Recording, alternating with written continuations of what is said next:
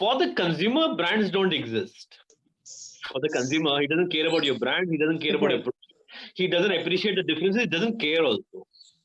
Right? For the consumer, only categories exist. Right. For the category, there is soaps, there is cheese, there is detergent, and there is something. That particular brand which has understood him or has put his fancy or his top of mind is the category for him. Hence, while understanding the product is integrated to a marketer's journey, right?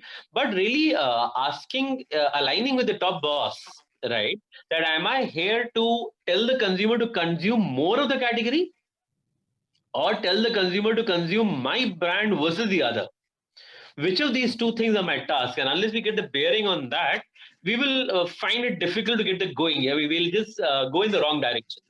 Of course, once you figure out what your task is, then the solution will involve deeply understanding your product. Because if I want to get the consumer to consume more, then my product might hold the story on my differentiation. And especially when I want to tell somebody to have me instead of somebody else, then differentiation will be very key.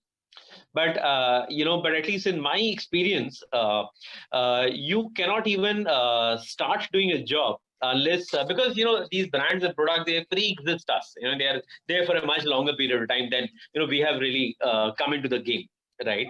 But I've realized that land the task first. करना क्या है वो पहले align कर लो, and then go in deep, figure out all your pieces, and then you unleash the strategy. So I just want to add on to that and agree with him. Why, Anjali?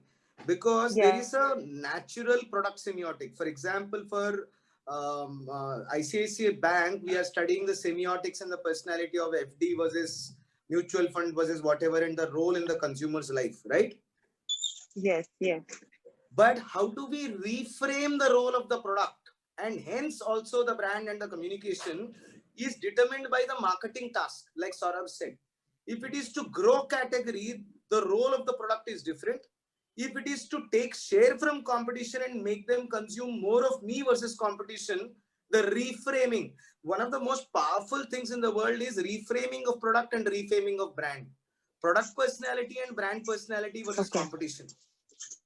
You even have a category personality that really top-notch marketers want planners to think of. FD as a category versus mutual fund as a category. How do they compete with each other? When you go into product portfolio strategy for a company like Smirnoff Ice, Smirnoff Red, Smirnoff Penka, Smirnoff Black. What is it? Was Smirnoff versus whiskey? What is the role of the category in the consumer's this thing? But again, all of that is task. For example, for Diageo, scotches is grow scotches while also take share from Chivas at a black label level. But at rums, prestige rums, Captain Morgan doesn't want to grow the rum category. Captain Morgan wants to take share. Correct me if I'm wrong, Saurabh. Absolutely correct. So basis this, so he's saying first determine the business task. Then comes the marketing task. In the marketing task, start with the study of the role of the product.